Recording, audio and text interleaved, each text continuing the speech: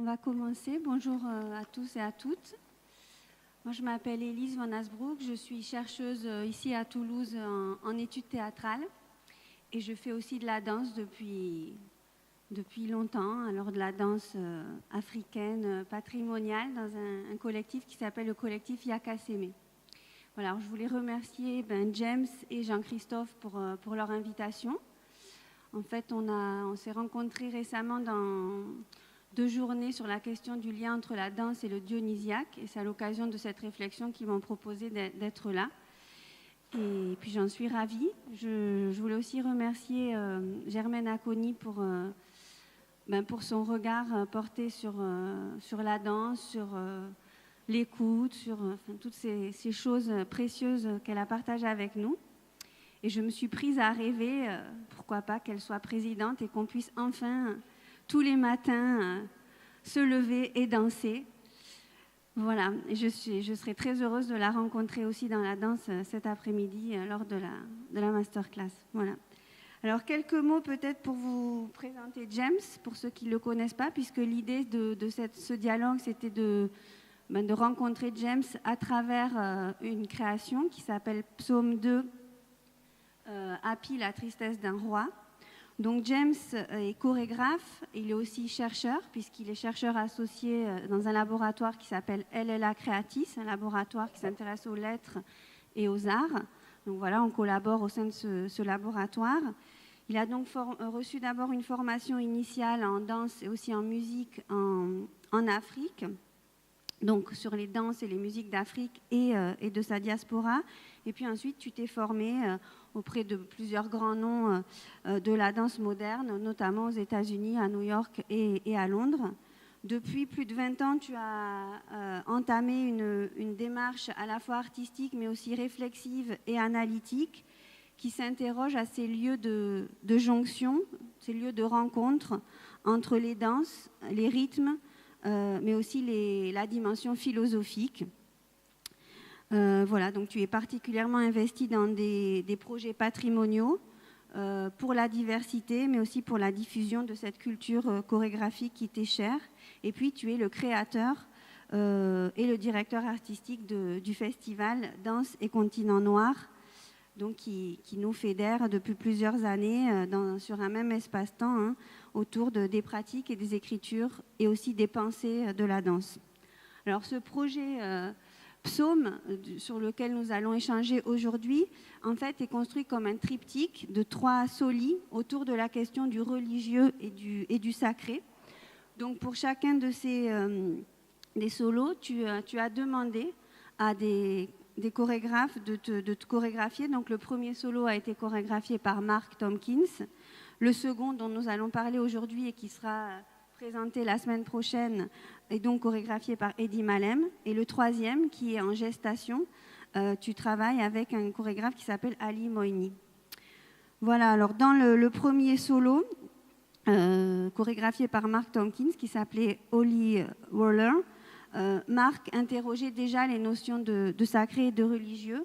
Et puis là, donc dans ce deuxième opus, donc, qui s'appelle Happy, la tristesse du roi, c'est donc avec Eddie Malem que tu poursuis ton investigation et que tu confrontes avec lui la question du sacré à celle de l'intimité. Alors j'avais envie de commencer à t'interroger sur cette forme particulière que tu nous proposes, qui est une forme d'un duo vidéo-danse. On va montrer peut-être quelques images, puisque tu as collaboré avec donc Eddie Malem pour la chorégraphie, mais aussi avec un vidéaste qui s'appelle donc Emmanuel Tussor. Et donc, vous avez vraiment pensé cette création comme un duo, c'est-à-dire qu'il y a en permanence à Cours, un grand écran de projection sur lequel tu apparais en gros plan, ton visage et ton buste. Et puis, il y a donc ton corps dansant. Et puis, à Cours, on a un autre écran, une espèce de voile de navire, peut-être la traîne royale du roi Happy. Donc, ce qui m'a intéressée dans votre proposition, c'est comment ta danse entre vraiment en dialogisme avec le corps dansant en vidéo. Et j'aurais aimé te demander, pour commencer un peu la rencontre, comment comment Eddie Malem t'a guidé sur cette danse vidéo, voilà, comment vous avez interagi, et puis peut-être dans un deuxième temps, comment ton corps dansant ensuite, comment ta danse a-t-elle aussi été influencée par l'autre danse en vidéo, en fait, comment ça interagit.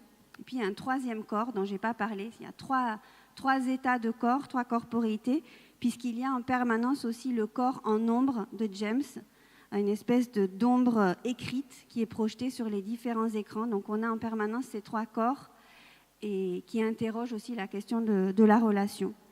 Donc je ne sais pas, est-ce que tu souhaites qu'on montre peut-être un petit extrait du début de la première vidéo, voilà.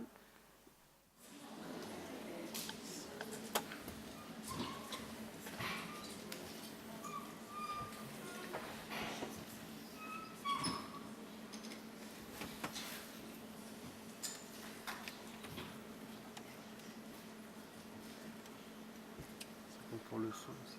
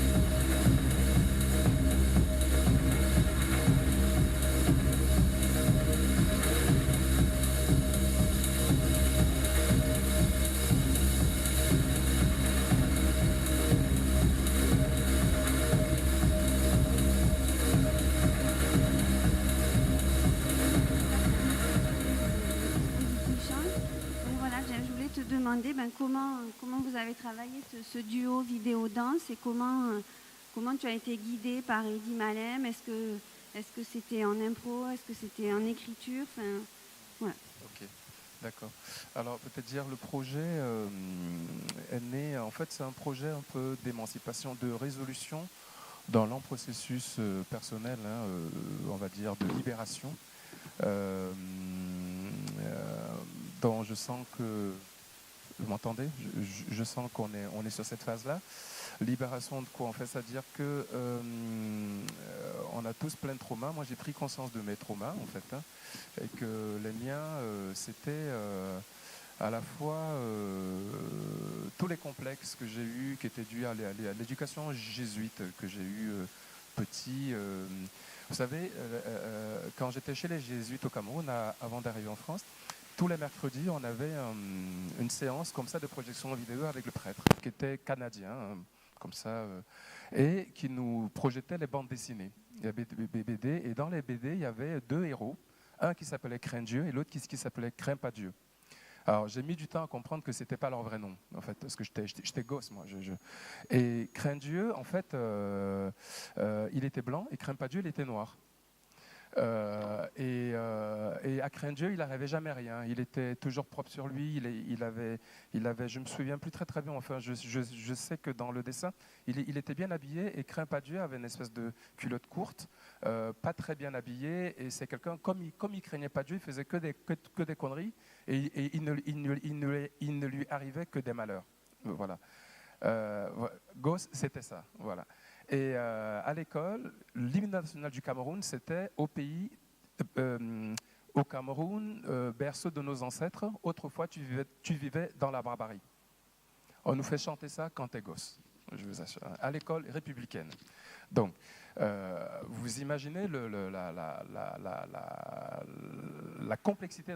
Pourtant, je vis dans un milieu hyper... Mes parents étaient industriels, donc c'est normalement dans un environnement qui est hyper protégé socialement.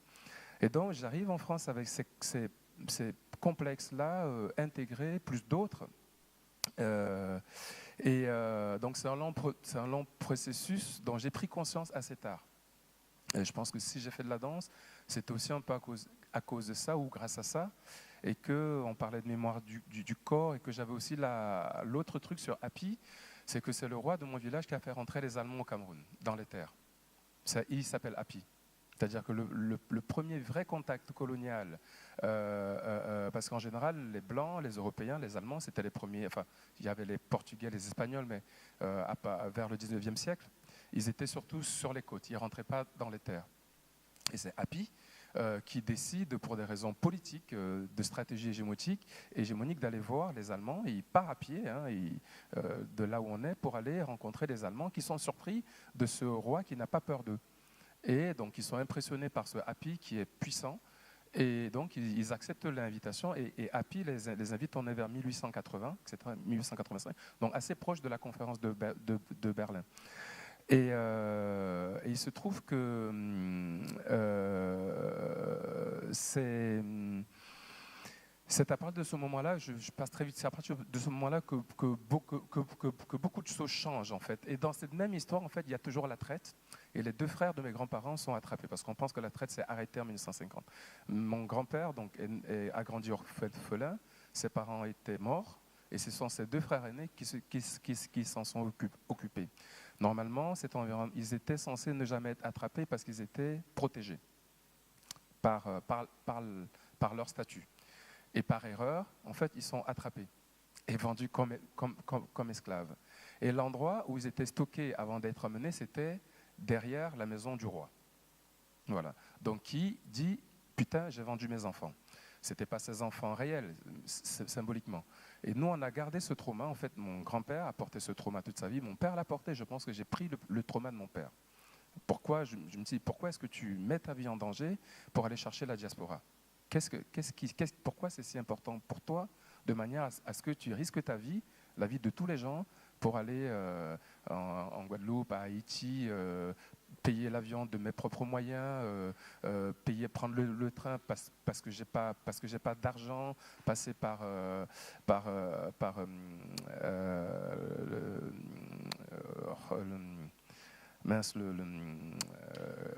j'ai fait Guadeloupe, Porto Rico, prendre le train pour aller en Philadelphie, etc. Enfin, je ne sais pas pourquoi je fais ça, mais il fallait que je fasse ça.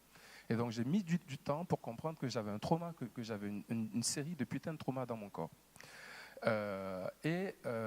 Donc quand j'en ai pris conscience, j'y ai travaillé, beaucoup de choses sont résolues, j'ai voulu travailler sur cette question-là, donc le rapport au sacré, le rapport je la fais très courte, hein, c'est un peu compliqué. Et donc quand j'ai proposé à 3 chorégraphes, c'était parce que je sentais que c'était tellement en moi que je voulais de la distance, que je voulais le faire en dialogue en fait. Donc Eddie Malem comme Martin Kins en fait sont plutôt metteurs en scène. C'est vrai qu'en France on emploie le mot chorégraphe pour beaucoup. En fait, on apporte le matériau et lui il met en scène avec 2 plasticiens, Rachel Garcia et Emmanuel Tussor. Et donc comment ça s'est passé le travail? En fait, il m'a demandé de lui promettre plusieurs choses. La première, c'est de ne jamais lui dire non s'il me demande un truc. Ça, c'était la première condition. Et la deuxième condition, c'était que je devais tout le temps dire la vérité s'il me pose une question. Dire la vérité, ça veut dire quoi? Que s'il me pose une question intime, je dois répondre. J'ai dit OK, on joue le jeu, puisque de toute façon, il n'y avait pas de problème, etc. Et donc, cette danse, en fait, est née d'une espèce d'interview vérité où on était, lui, face à moi, avec un vidéaste, donc Emmanuel, et Rachel Garcia assis à côté, où il me posait toutes les questions qu'il voulait, et je devais exactement dire la réponse sans chercher à l'adoucir. Voilà. Et donc le travail a démarré de cette manière-là. Et donc tout le travail en vidéo, tout le travail de captation, tout est filmé en séquence. C'était que des improvisations. Mais Eddie Malem, en fait, ne travaille pas vraiment avec l'idée d'impro pour improviser. Il veut que le danseur écrive directement. Il faut que l'improvisation raconte directement une histoire. En fait. Et donc, tout le processus, c'est comment est-ce qu'on met le corps, comment est-ce qu'on rend le corps disponible pour qu'il parle de lui-même. Voilà, d'accord. Pour qu'il parle de lui-même, pour qu'on ne fasse que constater ce qu'il est en train de raconter. Et donc ça, c'est tout le travail que j'ai eu à faire ou qu'on a eu à faire ensemble, de rendre le corps vraiment disponible pour que ce soit le corps qui parle et que ce ne soit plus quelque chose qui soit contrôlé par l'intellect ou voilà, une espèce de rapport comme ça approche à la pensée. Donc, et toutes les danses sont faites comme ça et tout est improvisé. Et c'était aussi le challenge de la pièce, c'est que rien n'est écrit et ça doit toujours être la vérité du moment, ce qui sort. Ça dure 45 minutes et c'est toujours improvisé. Enfin, c'est toujours écrit instantanément. Voilà. Donc, dans les échanges qu'on a eus pour préparer cette rencontre, tu as évoqué un certain nombre de références, notamment une à Feral Benga. Il y avait aussi, je pense, dans la réflexion dramaturgique avec Eddie, la question de comment on interroge le corps noir. Est-ce que tu peux nous en dire un peu plus sur ces références qui vous ont nourri? Tout à fait. En fait, Eddie Malem s'est positionné face à moi comme un blanc. En fait, il est maghrébin, mais il se considère blanc. Enfin, il est métis. D'ailleurs, il est blanc, peu importe. Donc, moi, ça m'a beaucoup surpris parce que je pensais avoir dépassé ces questions-là, noir-blanc. Donc, je lui disais, mais pourquoi tu me traites d'Africain? Je suis pas devant toi en tant qu'Africain, je suis devant toi en tant que danseur, en tant que quelqu'un qui porte une vie. Il disait, non, enfin, tu es aussi Africain, tu es aussi noir, oui, d'accord. Et donc, quand il mettait en scène, à un moment donné, donc, dans ce truc de vérité, il se trouve qu'il faut que je danse nu, à poil. Et je dis, Eddie, j'ai 50 ballets, je peux me mettre à poil, d'accord, mais je suis africain. Et un homme africain de plus de 50 ans qui se met à poil, il peut pas le faire sans raison. J'ai des enfants, c'est pas un problème. J'ai dit, c'est pas un problème, puisque j'ai dit que j'allais pas dire non, mais il faut que ce soit clair pour moi pourquoi je le fais. Et donc, la première fois, la question a été éludée, il n'a pas répondu la 3e fois, et puis la 4e fois, il m'exige de me mettre nu, comme ça, à poil. Allez, vas-y.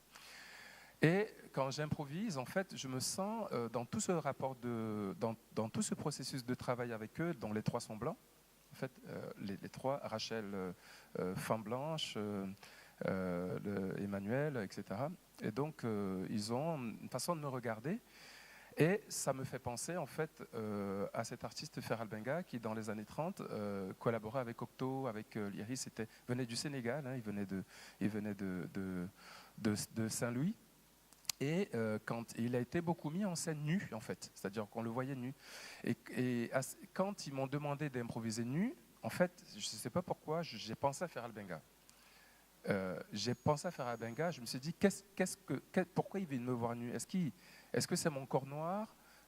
Qu'est-ce qui fait que cette nudité est importante? Et quand je me suis mis à improviser avec les gestes que j'ai empruntés à Ferral Benga. En fait. Et c'était une manière de leur dire, j'étais pas super en confiance en fait. Voilà, j'étais pas super en confiance avec eux. C'était une manière de détourner ce qu'ils me disaient ou de dire à ma manière, attention, si c'est mon corps noir, parce que même par moments j'étais allongé sur cette espèce de voile et ça me rappelait exactement les photos de Ferral Benga allongé dans le voile avec les FX, etc. Donc je me disais, qu'est-ce qui est vu? Est-ce que c'est mon corps noir? Voilà. Et donc, si j'ai convoqué le fantôme de Bengale, c'était parce que j'étais pas sûr de ce qui était regardé. Et du coup, de qu'est-ce que je racontais. Voilà. Après, effectivement, il y a cette interrogation sur le corps, mais je pense que ce qui est vraiment au centre de ce solo, c'est plutôt la relation, en fait, entre les trois corps que j'ai évoqués, que vous avez vus sur la vidéo. Voilà, ce qui est peut-être au centre du propos, c'est qu'est-ce que la relation, en fait. Et par conséquent, avec Eddy, vous avez mis en scène différentes modalités de relation. Alors peut-être on peut regarder un autre extrait où on verra des partis pris extrêmement radicaux que vous avez choisis et qui caractérisent un peu le travail d'Eddy Malem, hein, une danse assez radicale, brute, le choix de l'immobilité aussi. Et c'est dans ces partis pris radicaux justement que cette question de la relation se pose le plus fortement. Alors j'ai choisi un extrait d'une séquence dans laquelle tu danses le turba, voilà, qu'on va voir avec un choix aussi de musique, vous allez l'entendre, qui est radical. Ce qui est intéressant, c'est que vous jouez à la fois sur des espaces, mais aussi vous allez le voir sur des temporalités discordantes, c'est-à-dire quand le corps dansant en vidéo est accéléré, saccadé, le corps dansant organique, lui, va être dans quelque chose d'extrêmement ralenti. Et puis vous inversez le procédé. Il y a tout un travail aussi qui rappelle les travaux en chronophotographie, vous savez, les travaux où on découpait comme ça les mouvements d'animaux, d'oiseaux ou de corps pour recomposer ensuite. Donc on trouve ça dans le travail de la vidéo. Voilà. Et puis il y a ce parti pris très fort, un long moment de l'immobilité dans la séquence que j'ai choisie, où tu es face à nous, très proche, immobile, en frontal, et qui dure plusieurs minutes avant que tu te remettes à être dans le mouvement. Et petit à petit, le corps dansant en vidéo va lui aussi se figer, se flouter, se mettre un peu en arrière-plan. Enfin, voilà, donc différents procédés spatiaux, mais aussi sur un traitement des rythmes particuliers qui nous permettent à nous de lire ces différentes relations entre différents états de corps, en tout cas. Voilà, donc si on peut regarder le petit extrait et en parler après.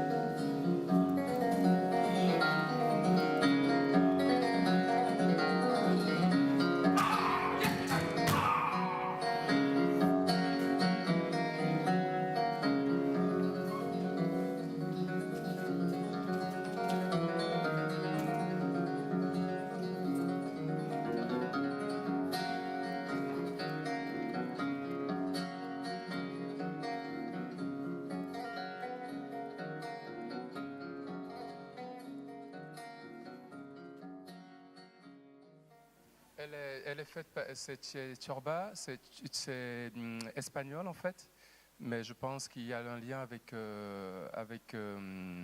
avec l'Amérique latine. En fait, c'est un compositeur espagnol. La musique, c'est Tiorba. Je ne sais pas ce que ça veut dire, Tiorba en espagnol. Voilà. Bon, effectivement, j'ai aussi choisi de vous montrer un extrait de cette séquence par rapport à ce choix radical de la musique.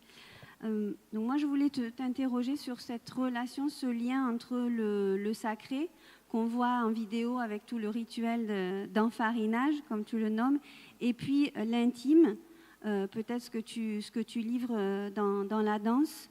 Donc voilà, est-ce que tu peux nous dire un peu comment le rituel a nourri cette proposition, puisqu'il y a de nombreux éléments qui nous ramènent au rituel, aussi le cri qui surgit là dans cet extrait que vous avez vu, et comment tu l'as mis en lien avec des éléments propres à ton intimité, ce trauma dont tu parlais en introduction. Dans cette, c'est en fait alors comment on a travaillé avec les danses, alors peut-être repréciser, c'est vraiment une collaboration avec 4 artistes, hein, c'est-à-dire que Emmanuel a fait le travail vidéo de manière totalement indépendante, Rachel totalement indépendant, et Eddie a mis les tout ensemble. Voilà. Donc c'est vraiment le regard singulier de 4 artistes. Et pour l'improvisation, donc à chaque fois, le processus de Eddie Malem, en fait, c'est de trouver une musique.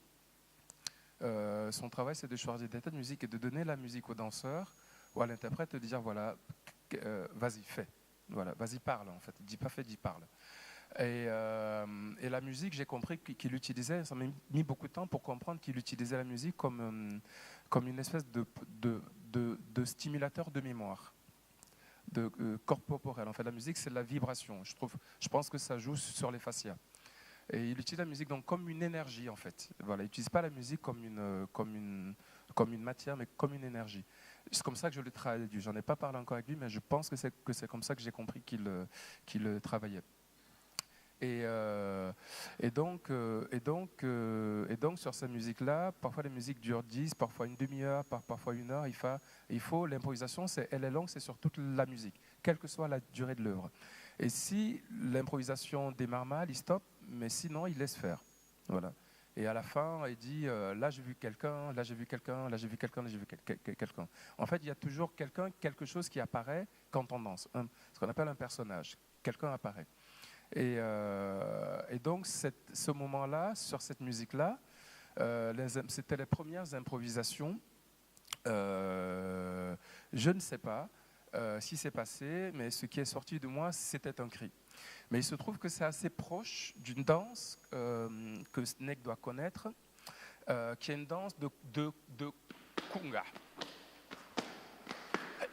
C'est une danse bamileke qui est dansée par les sociétés secrètes, par la police, le Conga. Voilà. Et toute cette frappe,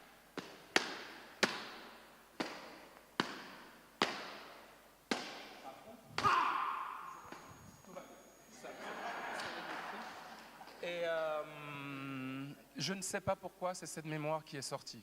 D'accord ? C'est cette mémoire qui est sortie. Et il a décidé qu'on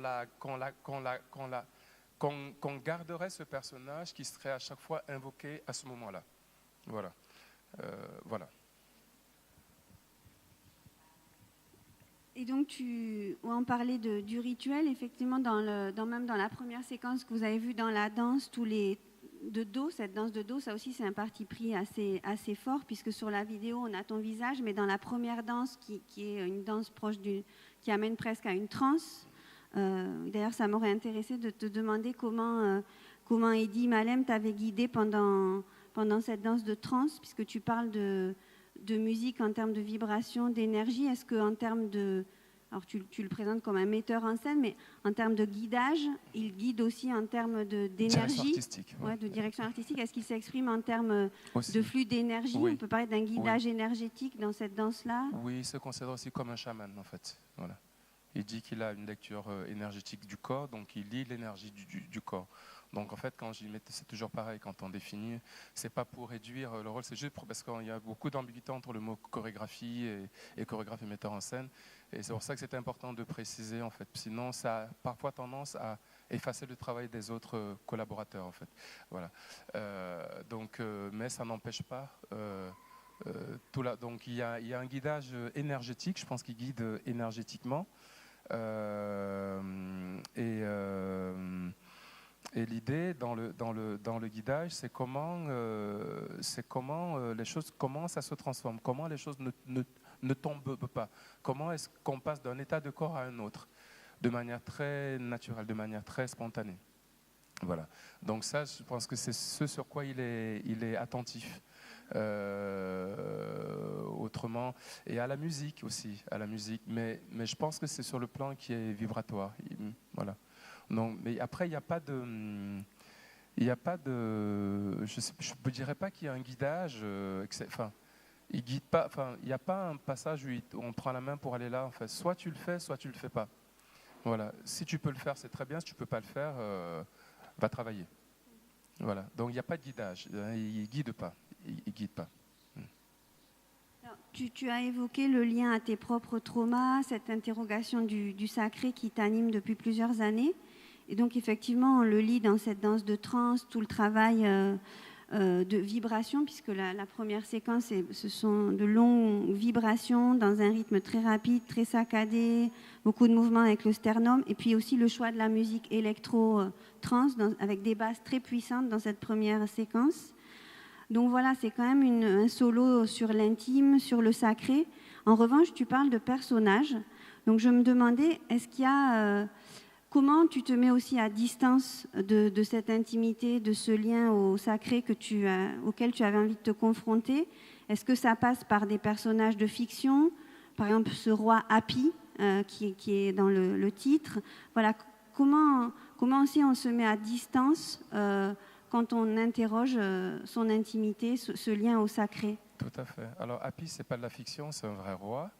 Et c'est le grand-père de ma mère. Mon père est polygame, il a 3 femmes. Et la 3e femme, c'est la fille de Happy. C'est la petite fille de Happy. Donc j'ai des frères, donc consanguins, comme on dit, mais j'ai des frères qui sont directement rattachés à la chefferie, en tout cas au royaume, au palais. Et mon grand-père, c'était l'instructeur du papa de la femme de mon père. Donc le fils de Happy. Happy a eu un fils, qui a eu une fille, voilà, et c'est mon grand-père qui l'a éduqué, qui l'a instruit en tant que roi. Donc c'est pas du tout de la fiction, c'est quelque chose qui est réel, c'est quelque chose qui est dans ma peau. Et en fait, c'est quoi la mise à distance? En fait, c'est toujours ça, c'est qu'en fait, on dit souvent que l'interprète est derrière le danseur. En fait, c'est-à-dire qu'il faut se regarder en train de se regarder quand on est sur scène. Voilà, il faut se regarder en train de se regarder, il faut se regarder en train de se regarder, en train de se regarder. C'est-à-dire que c'est ça qui donne la distance, en fait. Voilà, si vous vous regardez vous-même sur scène, vous n'avez pas la distance. Mais si vous vous regardez en train de vous regarder, vous avez de la distance suffisante pour voir qui c'est qui est en train de parler et laisser cette personne parler. Donc la mise à distance, bon, ce sont des techniques, mais la mise à distance, elle peut être finalement assez simple, en fait. Voilà. Et cette mise à distance aussi est autorisée par le fait d'avoir un regard extérieur qui peut dire peut-être que là, ça ne vibre pas assez, c'est ce qui d'ailleurs, ou ça ne vibre pas assez, ou ça vibre trop fort, ou alors il faut que ça vibre plus, jusqu'à ce que ça te brûle. Voilà. Et toute la difficulté du processus du travail, c'est d'être suffisamment prêt pour être de suite en distance, pour écouter cette chose qui apparaît, cette personne qui apparaît, cet être qui apparaît. Hein. C'est une énergie qui apparaît, mais je pense que c'est une personne qui apparaît. Des fois, il parle, des fois, il bouge, et ce n'est pas vous qui décidez de bouger. Mais vous pouvez l'écouter, en fait. Vous pouvez le suivre. Vous pouvez le suivre. Voilà. Mais c'est une technique...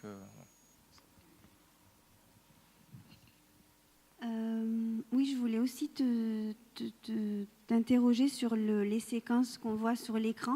Donc, est-ce qu'au départ, ce sont des séquences qui étaient prévues pour être projetées? Et comment, dans quel lien tu étais avec Eddie Malem et avec Emmanuel dans ces moments de vidéo, notamment dans tout le moment où on voit des mains te recouvrir de farine, les moments aussi où tu fais des gestes assez chorégraphiés avec tes mains. Donc, comment tu étais guidée? Est-ce que c'était par des mots? Est-ce que c'était suite à l'entretien confessionnal que tu avais fait avec Eddie Malem? Oui, c'est suite à la confession. C'était une confession en fait, mais je ne m'en étais pas rendu compte. Et je me suis retrouvé à l'église, devant le prêtre en confessionnat. Sauf que là, c'est parti d'un jeu en fait. Et aucun guidage spécifique, mais ça m'a mis dans un état très... Parce que ça a fait remonter à la surface dans cette confession finalement, des choses que j'avais enfouies, que je pensais résolues, que je pensais avoir dépassées. Et donc ça m'a mis dans un état de corps assez étrange. Et c'est sur cette semaine-là qu'on a fait le plus gros des improvisations, sur lesquelles il a fait le choix de conserver Alors, quand il conserve les personnages, en fait, il conserve la musique qui déclenche cette chose, en fait. Voilà. Il conserve la musique qui déclenche, mais ça peut bouger. Des fois, ça bougeait, des fois, voilà. Mais on a travaillé énormément. De toute façon, c'est que des séquences d'improvisation. Et le vidéaste était là, il ne savait pas quoi faire, donc il filmait tout. Voilà, il filmait tout. Et donc, dans le choix des vidéos qui est fait, c'est la captation d'un long moment d'improvisation qui a duré presque 40 minutes, sur lequel il l'a pris tel quel, il l'a mis en portrait et il l'a laissé. Donc, la vidéo, il n'y a aucun montage. En fait, c'est une séquence d'improvisation qui s'est faite à ce moment-là. Et Rachel, qui est très proposante, quand j'ai fait cette interview, elle a eu beaucoup d'idées en fait. Et donc l'idée de la farine, elle le voyait pareil encore une fois, elle se voyait comme blanche. Donc elle me mettait de la farine pour montrer l'enfarinement du noir qui devient blanc. Mais moi, j'étais pas ça. Moi, j'ai pris la farine comme un rituel vaudou, comme un rituel, voilà. Et donc je l'ai pris comme un rituel. Je l'ai pas du tout pris comme un elle. Pour elle, je devenais blanc. Mais pour moi, non. Voilà. Et pareil pour le blackface, il y a un moment où me met une farine noire. En fait, voilà, elle l'a traduit dans son langage. Moi, je l'ai traduit dans le mien.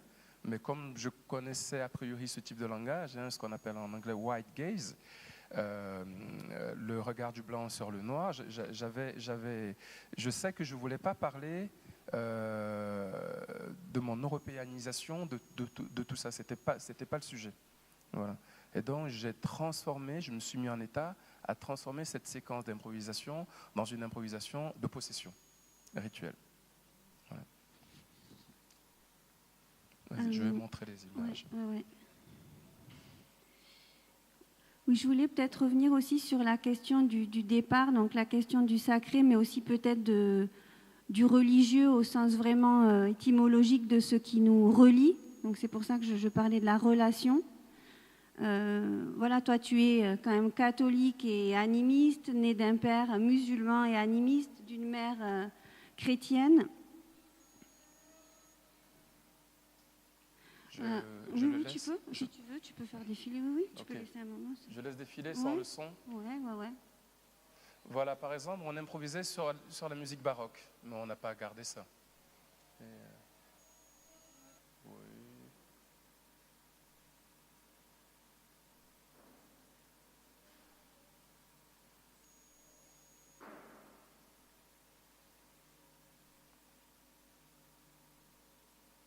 Donc, c'est la même séquence d'improvisation qui a duré extrêmement longtemps et ça se poursuivait. Alors, il y a peut-être un choix de dire je ne vais pas rentrer dans le côté noir-blanc, mais le fait que ça m'évoque, parce qu'on n'a pas beaucoup parlé de ces derniers jours des rites dans les Caraïbes, au Brésil, etc. Et moi, je vais vous dire, je suis assez impressionné parce que, en fait, beaucoup de choses que vous avez décrites, en fait, existent telles quelles à Bafoussam, au Cameroun. encore aujourd'hui. C'est-à-dire que quand j'ai vu les carnavals en Guadeloupe avec les hommes peints avec de l'huile noire sur eux et déambulés, ou ça, c'est encore aujourd'hui, au mois de janvier, si vous allez à l'ouest, à Bafoussam, vous trouvez encore des gens comme ça. Des gosses, voilà, qui est un rite d'initiation en fait, qui existe encore aujourd'hui.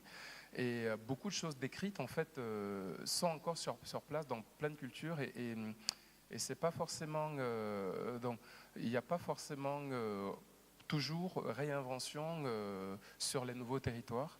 Et ce que je voulais dire pour couper par rapport à ça, parce que beaucoup qui sont partis jeunes, dont ils n'étaient pas initiés, mais ils avaient vu des choses. Et donc, ils ont réinventé aussi avec ce qu'ils avaient vu sur les nouveaux territoires, en fait. C'est-à-dire que ce n'était pas forcément des hommes mûrs, initiés, instruits.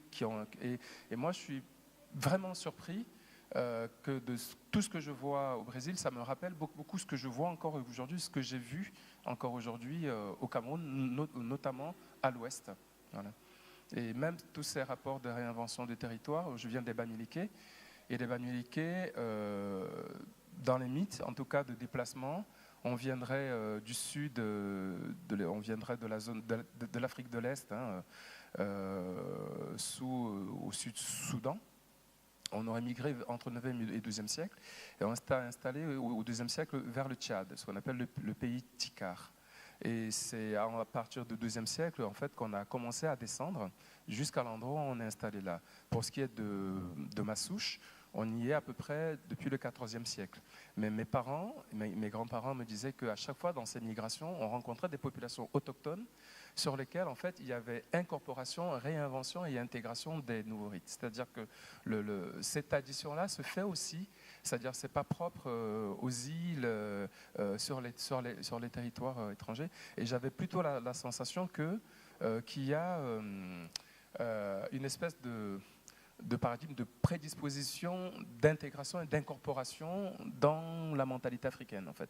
C'est-à-dire qu'elle est déjà prête à intégrer, à absorber, en fait, c'est-à-dire que ce n'est pas cette posture-là, en fait, ne naît pas de la violence du choc. Elle naît déjà parce que les gens sont déjà en déplacement et ont déjà été obligés. Voilà. Chez nous, ces danses-ci, mon père m'explique que ça vient des Pygmées. En fait, nous, on danse. Il dit que ça, c'est les Pygmées, c'est pas les Bamileke. Mais c'est intégré. Voilà, on a intégré beaucoup de choses comme ça. Donc voilà, donc tout ça, en fait, c'est juste pour faire le lien. Et c'est de la transmission. Voilà, j'ai la chance d'avoir des grands-parents, des parents qui me parlent. Et donc c'est toute cette mémoire-là qui est ravivée en fait quand on me met en état. Voilà.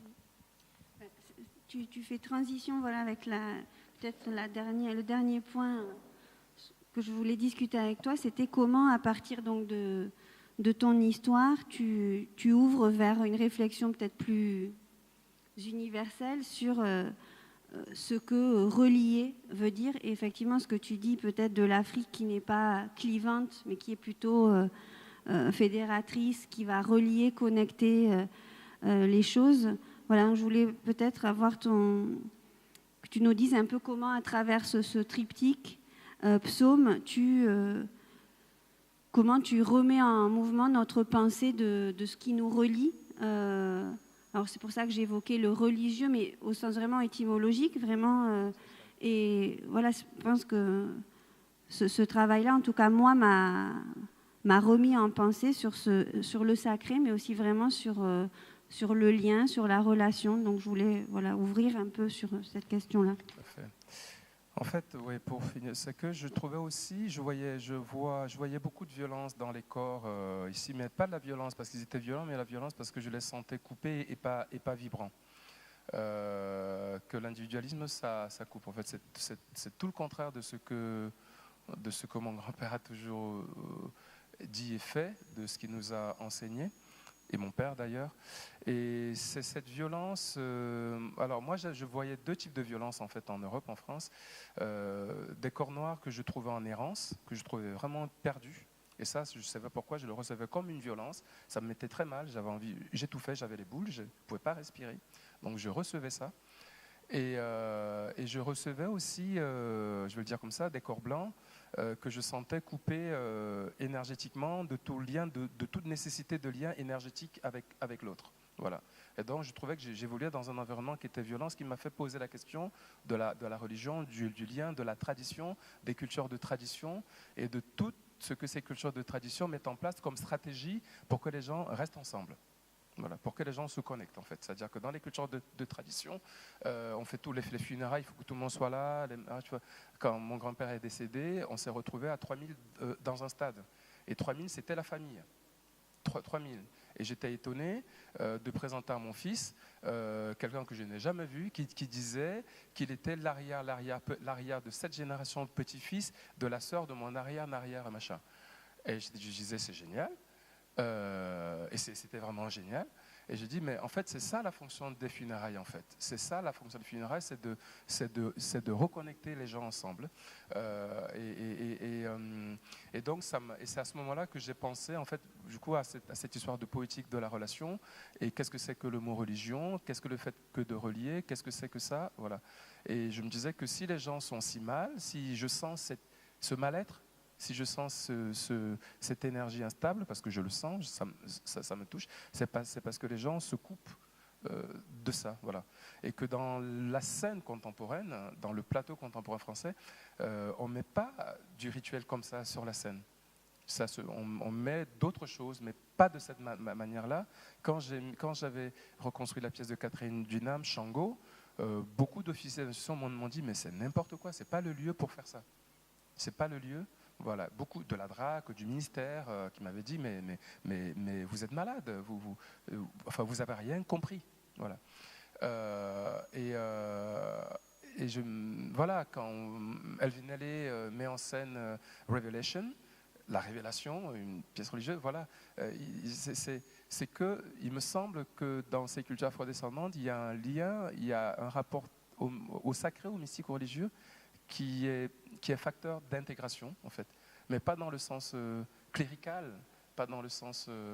parce que ça reste, encore une fois, très poreux. Enfin, c'est-à-dire que mon papa est musulman, mon grand-père n'est ni l'un ni l'autre. Il a été baptisé protestant de force, donc son prénom c'était Samuel, mais il ne s'est jamais appelé Samuel. Et pour transformer, il a fait croire qu'il ne savait pas parler français, et il a transformé Samuel en Samier. Il s'appelle Samier, voilà, et pas Samuel. Il pouvait dire Samuel, mais il ne voulait pas dire Samuel. Et donc de toute ma mère catholique, c'est Jésus-Christ, etc. Mais je trouvais, on se retrouvait tous au village à faire le culte des ancêtres. Et ça pose, mon père encore musulman aujourd'hui, ça n'empêche pas de faire le culte des ancêtres. Alors que normalement, c'est censé être interdit par l'islam. Donc je me suis dit, et si c'était ça,